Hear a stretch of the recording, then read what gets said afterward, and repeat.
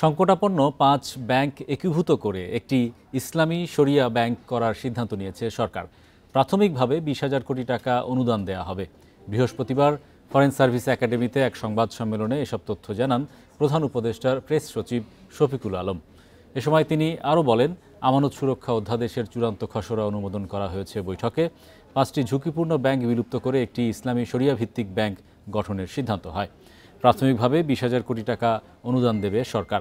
এ সময় তিনি জানান, নতুন ব্যাংক গঠন হলেও কর্মীদের কারো চাকরি যাবে না, পাশাপাশি আমানতকারীদের অর্থও সুরক্ষিত থাকবে বলে জানান প্রেস সচিব। বড়সড় ক্যাবিনেট মিটিং হয়েছে, অনেকগুলো বিষয়ে আলোচিত হয়েছে, বেশ কিছু জিনিস উঠে অনেকগুলো বিষয়ে। এবছরের মধ্যেই ৩,০০০ মেগাওয়াট ছাদ ভিত্তিক সোলার প্যানেল স্থাপনের লক্ষ্য নেয় সরকার, কিন্তু ৩ মাসেও দরপত্র কিংবা পাইলটিং তেমন কোনো কার্যক্রমই শুরু হয়নি। এদিকে বেসরকারি বিনিয়োগকারীরা স্কুল, কলেজ, হাসপাতালের ছাদে প্যানেল স্থাপনে বড় ধরনের চ্যালেঞ্জ দেখছেন। বিশেষজ্ঞদের মতে, অংশীজনদের সঙ্গে আলোচনা না করায় রুফটপ সোলার নীতিমালায় দুর্বলতা রয়ে গেছে। দেশের ৫০ ভাগের বেশি বিদ্যুৎ সক্ষমতা প্রাকৃতিক গ্যাস নির্ভর, কিন্তু ক্রমবর্ধমান চাহিদার বিপরীতে কমছে গ্যাসের মজুদ। তাই কয়লা ও তরল জ্বালানির আমদানির চাপ বাড়ছে। এতে পরিবেশগত ঝুঁকির পাশাপাশি নেতিবাচক প্রভাব পড়ছে বৈদেশিক মুদ্রার রিজার্ভ ও ভর্তুকিতে। জ্বালানি নিরাপত্তা জোরদারে জুলাই মাসে জাতীয় রুফটপ সোলার কর্মসূচি হাতে নেয় অন্তর্বর্তী সরকার। ব্যবসায়ীরা বলছেন, দেশব্যাপী শিক্ষা ও স্বাস্থ্য প্রতিষ্ঠানের ছাদে প্যানেল স্থাপনে ৮,০০০ কোটি টাকা বিনিয়োগ দরকার। তবে ৩ মাস পার হলেও কর্মসূচি বাস্তবায়নে ব্যাংক ঋণ সহ সুনির্দিষ্ট দিক নির্দেশনার অভাব দেখছেন তারা। পাইলটিংই শুরু করা যায় না। উপজেলা লেভেলে বা লেভেলে একটা চ্যালেঞ্জের মুখে পড়বে আমার ধারণা। এটা হচ্ছে দুটো ক্ষেত্রে। এটা হলো যে ছাদ বুঝিয়ে দেওয়া, বিলিং সিস্টেমকে ডেভেলপ করা, মানে গ্রিডে বিদ্যুৎকে ফিড করা, ইন এডিশন আমরা ফাইন্যান্সিং মানে অর্থ যোগান দেওয়া। প্রোগ্রামের ব্যাপকতা থাকবে, কিন্তু প্রোগ্রাম বাস্তবায়নে কিন্তু মারাত্মক সন্দেহ কিন্তু মানে রয়ে যাবে। বিশেষজ্ঞরা বলছেন, লোডশেডিং প্রবণ গ্রামাঞ্চলে স্কুল, কলেজের ছাদে ছোট আয়তনের সৌরবিদ্যুতে বেসরকারি বিনিয়োগ টানা চ্যালেঞ্জিং হবে। অন্যদিকে রুফটপ সোলার কর্মসূচিতে সরকারি বা সংস্থার নিজস্ব অর্থে বিভিন্ন অফিসের ছাদে যেসব প্যানেল বসবে তার মান ও রক্ষণাবেক্ষণ নিয়েও সংশয়ে পর্যবেক্ষকরা। ওপেক্স কোম্পানি যদি এক একটা গ্রামের কথা আমরা চিন্তা করি, সেটা হচ্ছে এক একটা গ্রামেই হয়তো কয়েক কিলোওয়াটের পটেনশিয়াল থাকবে। তো সেক্ষেত্রে তার জন্য এই ধরনের ইনভেস্টমেন্ট কতটুকু ফিজিবল হবে সেটাও দেখার বিষয়। বরং এটা হতে পারত গ্রামেগঞ্জে প্রকল্পগুলোতেও হয়তো গভর্নমেন্ট ক্যাপেক্স মডেলের কথা বা সরকারি ফান্ডের কথা চিন্তা করে রাদার ঢাকার মতো জায়গা যে অফিসগুলোতে পটেনশিয়ালটা বেশি, সেটা কি আসলে ওপেক্সে করা যেত কি না, সেটাও একটা ভাববার বিষয়। হয়তো আরও ইনক্লুসিভ স্টেক হোল্ডার কনসালটেশন হলে সেটা বের হয়ে আসতো। দেশে এখন মোট বিদ্যুৎ অবকাঠামোর ৫ থেকে ৬% নবায়নযোগ্য শক্তি নির্ভর। ২০৩০ সাল নাগাদ যা ২০% উন্নীত করার লক্ষ্য সরকারের। Hari Saha, Independent News, Dhaka. এ বিষয়ে বিস্তারিত আলোচনায় আমাদের সঙ্গে যুক্ত হচ্ছেন Bangladesh solar and renewable energy অ্যাসোসিয়েশনের পরিচালক নাজনীন আক্তার। জনাব নাজনীন আক্তার, আপনাকে স্বাগত জানাচ্ছি। আমরা যেটা দেখলাম যে নীতিমালা নেওয়া হয়েছিল এই বছরের মধ্যেই ৩,০০০ মেগাওয়াট সৌরভিত্তিক যে বিদ্যুৎ সেটা যুক্ত হবে গ্রিডে। সরকারি বিভিন্ন ভবন, পাশাপাশি সরকারি স্কুল, কলেজ, হাসপাতাল এগুলোর ছাদে। ওপেক্স এবং ক্যাপেক্স দুই মডেলে এই প্রকল্প সরকার গ্রহণ করে, কিন্তু এখন পর্যন্ত আপনাদের যে ধরনের জায়গায় বিনিয়োগের সুযোগ রয়েছে ওপেক্স মডেলে স্কুল, কলেজ, হাসপাতালগুলোর ছাদে, সেই জায়গায় এখন পর্যন্ত আপনারা কতটুকু মানে অগ্রগতি দেখতে পাচ্ছেন? ধন্যবাদ। এখন পর্যন্ত যেটা হয়েছে যে নীতিমালাটাতে প্রথমে ছিল যে বাই ডিসেম্বর কমপ্লিট করতে হবে, তবে এখন টাইম লাইনটা একটু ফ্লেক্সিবল করা হয়েছে, ওপেন করে দেওয়া হয়েছে। সো এখানে তিনটা জিনিস আসলে খুব ইম্পর্টেন্ট। একটা হচ্ছে যে আপনার ইনভেস্টমেন্ট, 2 নম্বর হচ্ছে যে আমরা যেখানে প্রজেক্টগুলো করব সেখানে টেকনিক্যালি কতটা ভায়াবল হবে, আর 3 নম্বর হচ্ছে যে আমাদের উৎপাদিত বিদ্যুতের ইউটিলাইজেশনটা যেন 100% হয়। কারণ আমরা সবাই জানি যে আমাদের বিশেষ করে গ্রামে যে বিদ্যুতের কানেকশন সেটার কিন্তু আনস্টেবল। সো আনস্টেবল হওয়ার কারণে আমাদের সোলার থেকে যে বিদ্যুৎটা উৎপাদন হবে সেটা যে সম্পূর্ণ ব্যবহার যদি না হয় তাহলে কিন্তু লস অফ ইনভেস্টমেন্ট হবে। তো এই জায়গাটাতে আমাদের কাজ করতে হবে সবাইকে, যে যেহেতু গ্রামগঞ্জের যে জায়গাগুলোর কথা বলা হয়েছে, স্কুল বা হসপিটাল, এগুলোতে কিন্তু খুব ছোট ছোট সিস্টেম, তো সিস্টেম ছোট এবং এখান থেকে উৎপাদিত বিদ্যুৎ যদি গ্রিড না থাকার কারণে লস হয় তাহলে কিন্তু ইনভেস্টমেন্টটা ভায়াবল হবে না। তো এই জায়গাগুলোতে আমাদের মনে হয় যারা পলিসি মেকার তাদেরকে একটু সুনজর দেওয়া দরকার, যে যাতে আমাদের প্রাইভেট সেক্টর ইনভেস্টমেন্টটা যাতে রিটার্নটা সঠিকভাবে আসতে পারে আর কি। এবং যেটা বলছিলেন যে বিনিয়োগের যে ঝুঁকি আপনি তুলে ধরলেন, তেমন পরিস্থিতিতে ব্যাংক থেকে ঋণ পাওয়া কতটুকু মানে সহজ হবে? যদিও বলা হচ্ছে যে ১,৫০০ মেগাওয়াটের যদি এই ধরনের বিদ্যুৎ সোলার ভিত্তিক বিদ্যুৎ আপনারা স্থাপন করতে চান, সেই জায়গায় ৮,০০০ থেকে ১০,০০০ কোটি টাকার একটি বিনিয়োগের চাহিদাও রয়েছে, যার একটা বড় অংশই ব্যাংক থেকে আপনাদের সংগঠন থেকে বলা হচ্ছিল বারবার। সেই জায়গায় কতটুকু সহজ হয়েছে এখন পর্যন্ত নীতিমালার দিক থেকে, বা সরকার কোনো রকম নির্দেশনা সেখানে বাংলাদেশ ব্যাংককে দিয়েছে কিনা? স্পেসিফিক ভাবে এই রুফটপ সোলারের জন্য কোনো স্পেশাল কোনো যে গাইডলাইন বা স্পেশাল কোনো ব্যাংকের প্রতি কোনো ইনস্ট্রাকশন গেছে এরকম আমাদের জানা নাই। কারণ সোফার আমরা যেটা জানতেছি, বাংলাদেশ ব্যাংকের যে গ্রিন ফান্ড আছে বা সহজ যে শর্তের যে লোনটা, এটা কিন্তু এখন কাইন্ড অফ বলা হচ্ছে যে এক্সস্টেড, এবং এটা আমরা অন্যান্য বড় প্রজেক্টের ক্ষেত্রেও দেখছি যে এখন বাংলাদেশ ব্যাংকের এই লোনটা এত সহজ না, অন্যান্য কমার্শিয়াল ব্যাংকগুলো এইভাবে আমাদেরকে গাইড করছে। তো যখন ছোট এই সিস্টেমগুলোর কথা বলছি, তখন যে এই ইনভেস্টমেন্টটা খুব সহজে যে হবে এটা কিন্তু কোনো আমরা সুনির্দিষ্ট গাইডলাইন বা সুনির্দিষ্ট কোনো মানে ডিরেকশন পাচ্ছি না এখনো বলা যায়। সব মিলে এই যে কর্মসূচির ভবিষ্যৎ কিভাবে মূল্যায়ন করবেন আপনারা? আপনাদের তো যে ধরনের প্রতিষ্ঠান আপনারা অ্যাসোসিয়েশন থেকে বাংলাদেশের বিভিন্ন প্রকল্পে কাজ করছেন, তারা কতটুকু উৎসাহী এই প্রকল্পে বিনিয়োগ, পাশাপাশি এখানে অংশগ্রহণের ক্ষেত্রে? স্পেশালি যদি বলি বিনিয়োগের ক্ষেত্রে, আমরা গত যে আমাদের যে আইপিপি মডেলের জন্য টেন্ডার হয়েছে, এখানেও কিন্তু দেখা গেছে যে ইনভেস্টরদের বিশেষ করে ফরেন ইনভেস্টমেন্ট খুবই রিল্যাক্টেন্ট ছিল, এবং সবগুলা ইনভেস্টমেন্ট কিন্তু খুব ভালো হয়েছে এটা বলা যাচ্ছে না, মানে ইনভেস্টমেন্টের কমিটমেন্ট। সো এই স্মল প্রজেক্টের ক্ষেত্রে আমার ধারণা ওই রকম কোনো খুব ভালো সুযোগ বা ফরেন ইনভেস্টমেন্ট বলি বা লোকাল ব্যাংকের উৎসাহ এটা কিন্তু এখনো ক্রিয়েট হয় নাই। তো এই জায়গাটাতে আমার মনে হয় গভর্নমেন্টের একটা প্রি অ্যাসেসমেন্ট করা দরকার, যে আসলে যে স্মল স্কেলের এই সিস্টেম গুলাতে অপেক্স মডেলে আদৌ ভায়াবল হবে কিনা। সেক্ষেত্রে মেবি বড় সিস্টেম গুলাতে যদি হয় সেক্ষেত্রে ওইখানে অপেক্স রেখে ক্যাপেক্স গুলা ছোট সিস্টেমে করা দরকার, বা রুট লেভেলে স্পেশালি আন্ডার মানে লাইক ভিলেজ যেখানে, সেখানে কিন্তু খুব বেশি একটা ভায়াবল হবে না। সো বড় শহর বা বড় বড় সিস্টেমের ক্ষেত্রে অপেক্স ভায়াবল, বাট স্মলের ক্ষেত্রে এটা একটু কনসিডারেশন করা উচিত। এখন আপনাদের যে ধরনের ভাড়া ভিত্তিক ছাদে যদি এই ধরনের সোলার প্যানেল করা হয়, সেক্ষেত্রে খরচ কেমন প্রতি ইউনিটে এখন নেমে এসেছে? যেহেতু প্রযুক্তির উন্নয়ন হয়েছে, সোলারে বিভিন্ন পণ্যের দামও কমে গেছে। এখন রাফলি বলা হয় যে 1 মেগাওয়াট সোলার করতে লাইক 3.5 থেকে 4 কোটি টাকা খরচ হয়, সেটা কিন্তু মেগাওয়াট স্কেল ভিত্তিতে। কিন্তু যখন এই সিস্টেমটা আমরা কিলোওয়াটে চলে আসবো, লাইক 5 কিলোওয়াট, 10 কিলোওয়াট বা 20 কিলোওয়াট, তখন কিন্তু আমাদের ইনভেস্টমেন্টটা বেশি হয়ে যাবে। তখন দেখা যায় একটা সিস্টেম ইনস্টলেশনের কিছু খরচ আছে যেগুলো ছোট ছোট সিস্টেমে বেশি হবে। তাতে দেখা যাচ্ছে যে একটা সিস্টেমের জন্য লাইক যদি ওয়াট পিকে চিন্তা করি 50 টাকা পার ওয়াট পিক হয়ে যাবে। সো এখানে ইনভেস্টমেন্টটা বেশি হবে, এবং আমাদের রিটার্নের ক্ষেত্রে যেহেতু বিদ্যুৎটা সবসময় কন্টিনিউয়াস 24 মানে সারাদিনে না থাকার কারণে লস অফ রেভিনিউটাও হবে। তো এই জন্য ইনভেস্টমেন্টের ক্ষেত্রে পেব্যাক পিরিয়ডটা যেখানে অন্যান্য সোলার রুফটপ সোলারে 5 বছর, এটা হয়তো 8 থেকে 10 বছর হয়ে যেতে পারে। ধন্যবাদ জনাব নাজিনা আক্তার আমাদের সঙ্গে যুক্ত হওয়ার জন্য। বিদ্যুতের বকেয়া $464 মিলিয়ন পরিশোধ করতে প্রধান উপদেষ্টার কাছে চিঠি পাঠিয়েছেন ভারতের আদানি গ্রুপের চেয়ারম্যান গৌতম আদানি। এতে বকেয়া আদায়ে প্রধান উপদেষ্টার হস্তক্ষেপ চাওয়া হয়েছে। এদিকে বিষয়টি নিষ্পত্তির জন্য এরই মধ্যে প্রধান উপদেষ্টার দপ্তর থেকে আদানির চিঠিটি বিদ্যুৎ বিভাগে পাঠানো হয়েছে। বিদ্যুৎ বিভাগের কর্মকর্তারা জানান, বকেয়া পরিশোধের বিষয়ে বিদ্যুৎ উন্নয়ন বোর্ডের সঙ্গে আলোচনা করা হয়েছে।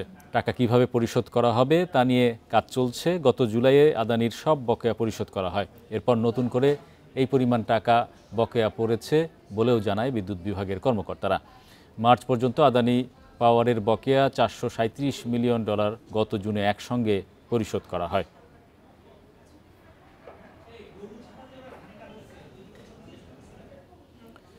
15% কাছাকাছি থাকা সুদের হার এক অঙ্কের ঘরে নামিয়ে আনতে বাংলাদেশ ব্যাংক গভর্নরের কাছে দাবি জানিয়েছে এফবিসিসিআই সহ 4 ব্যবসায়ী সংগঠনের নেতারা। বৃহস্পতিবার দুপুরে মতিঝিলে কেন্দ্রীয় ব্যাংক কার্যালয়ে বৈঠক শেষে সাংবাদিকদের এসব তথ্য জানান এফবিসিসিআই মহাসচিব মোহাম্মদ আলমগীর। এ সময় তিনি আরও বলেন, 1 বছরের কাছাকাছি সময় ধরে নীতি সুদহার 10% বেশি। ব্যক্তি ও শিল্প খাতে ঋণে সুদের হার 14 থেকে 15% দাঁড়িয়েছে। এই বাস্তবতায় গভর্নরের সাথে দেখা করেছে ব্যবসায়ীদের 14 সদস্যের দল। বৈঠকে ঋণ পরিশোধের সময়সীমা বাড়ানো ও এসএমইতে বন্ডেড ওয়্যারহাউস সুবিধা দিতেও গভর্নরকে অনুরোধ করা হয়। জবাবে আগামী অর্থ বছরেই সুদের হার এক অঙ্কে নামিয়ে আনার আশ্বাস দিয়েছেন গভর্নর আহসান এইচ মনসুর।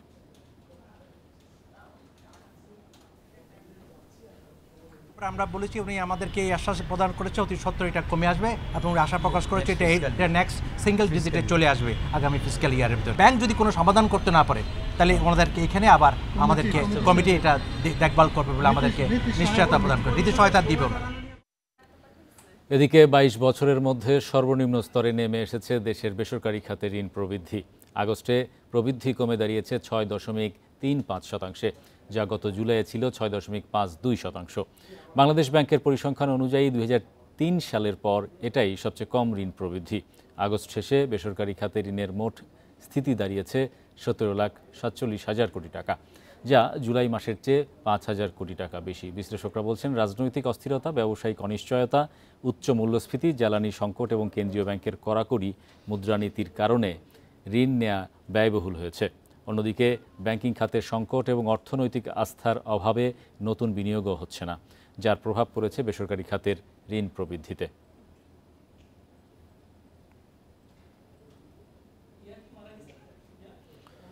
নিয়োগের একদিন পর কাস্টমস, এক্সাইজ ও ভ্যাট আপিল ট্রাইব্যুনালের সভাপতি বেলাল হোসাইন চৌধুরীকে ওএসডি করে প্রজ্ঞাপন জারি করেছে অর্থ মন্ত্রণালয়। বৃহস্পতিবার এই প্রজ্ঞাপন জারি করা হয়।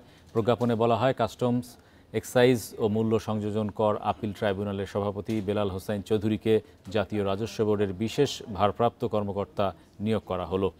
জনস্বার্থে জারিকৃত এ আদেশ অবিলম্বে কার্যকর হবে। এর আগে গত 7 অক্টোবর প্রায় 5 কোটি টাকার জ্ঞাত আয় বহির্ভূত সম্পদ অর্জনের অভিযোগে বেলাল হোসাইন চৌধুরীর বিরুদ্ধে মামলা করে দুদক।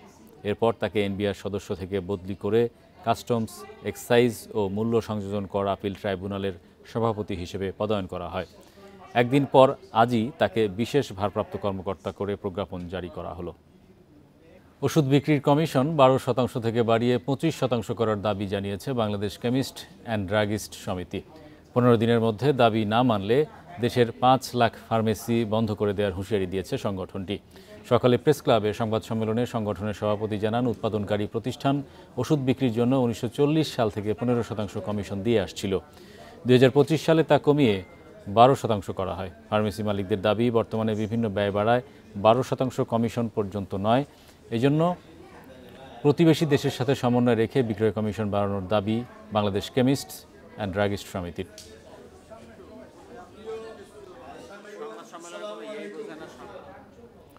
রাজধানীর মালিবাগে ফরচুন শপিং মলের একটি জুয়েলারি দোকানের দুর্ধর্ষ স্বর্ণ চুরির ঘটনা ঘটেছে। বুধবার রাত 3টার দিকে শম্পা জুয়েলার্স নামে দোকান থেকে 500 ভরি স্বর্ণ চুরি করা হয় বলে অভিযোগ পেয়েছে পুলিশ।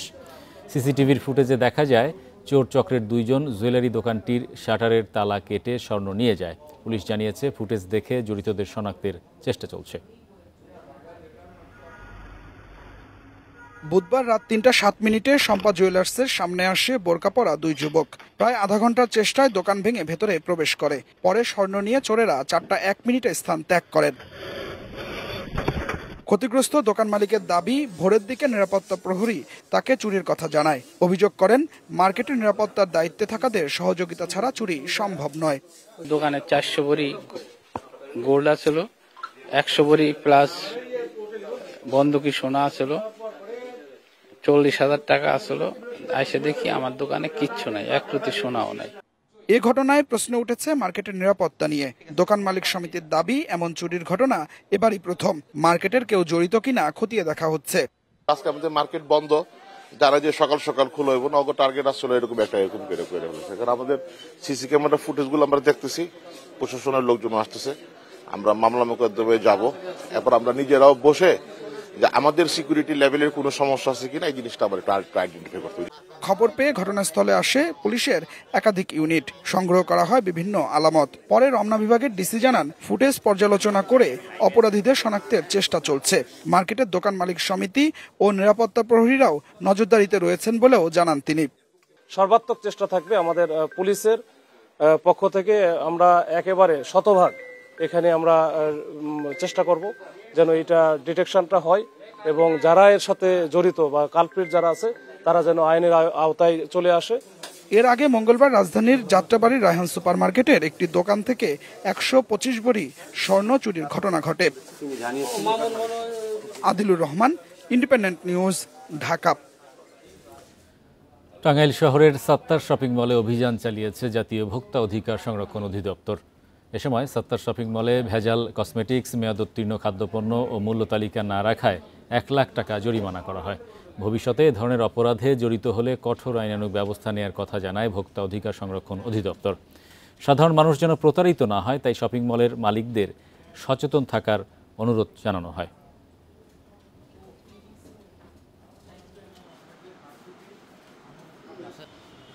সপ্তাহের শেষ কার্যদিবসেও মূল্যসূচকের পতনে দেশের 2 শেয়ার বাজারে লেনদেন শেষ হয়েছে। ডিএসসির প্রধান সূচক কমেছে 54.41 পয়েন্ট, শেয়ার দর কমেছে 73 ভাগের বেশি কোম্পানির। আগের দিনের চেয়ে লেনদেন কমেছে 81.5 কোটি টাকার বেশি। অন্যদিকে চট্টগ্রাম স্টক এক্সচেঞ্জের সার্বিক সূচক কমেছে 98.64 পয়েন্ট। এর ফলে টানা 4 কার্যদিবসে পতন হলো শেয়ার বাজার। বৃহস্পতিবার দিনের শুরুতে ইতিবাচক ঢাকার শেয়ার বাজার। প্রথম 20 মিনিটে প্রধান সূচক বাড়ে 9 পয়েন্ট, তবে বেলা বাড়ার সঙ্গে সঙ্গে শুরু হয় পতন। দিন শেষে ডিএসইএক্স সূচক 54.14 পয়েন্ট কমে অবস্থান করছে 5283 পয়েন্টে। মূল্যসূচকের সঙ্গে ডিএসইতে কমেছে লেনদেনের পরিমাণও। আজ মোট লেনদেন হয়েছে 530 কোটি 18 লাখ টাকা। আগের দিনের চেয়ে লেনদেন কমেছে 81 কোটি 69 লাখ টাকা। হাতবদলে অংশ নেওয়া 398টি কোম্পানি মিউচুয়াল ফান্ডের মধ্যে দর বেড়েছে 72টি প্রতিষ্ঠানের শেয়ারের, কমেছে 292টি এবং অপরিবর্তিত 34টি প্রতিষ্ঠানের শেয়ার দর।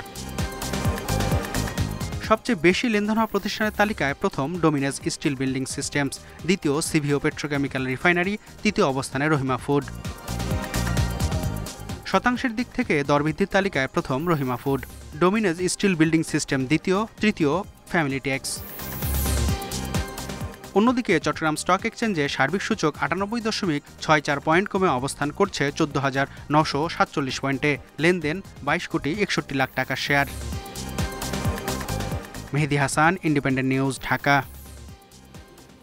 এবারে জানাবো বিশ্বের প্রধান মুদ্রার সাথে টাকার আজকের বিনিময় হার। দর অপরিবর্তিত। যুক্তরাষ্ট্রের ডলারের বিনিময় হয়েছে 122 টাকা 40 পয়সায়। যুক্তরাজ্যের পাউন্ডের দর বেড়েছে, বিনিময় হয়েছে 169 টাকা 13 পয়সায়। বেড়েছে ইউরোর দর, বিনিময় হয়েছে 146 টাকা 81 পয়সায়। ভারতীয় রুপির দর অপরিবর্তিত, বিনিময় হয়েছে 1 টাকা 45 পয়সায়। সৌদি রিয়ালের দর অপরিবর্তিত, বিনিময় হয়েছে 32 টাকা 79 পয়সায়। দর অপরিবর্তিত আরব আমিরাত দিরহামের, বিনিময় হয়েছে 33 টাকা 49 পয়সায়। দর বেড়েছে কুয়েতি দিনারের, বিনিময় হয়েছে 402 টাকা 72 পয়সায়। মালয়েশিয়ান রিঙ্গিতের দর বেড়েছে, বিনিময় হয়েছে 29 টাকা 20 পয়সায়।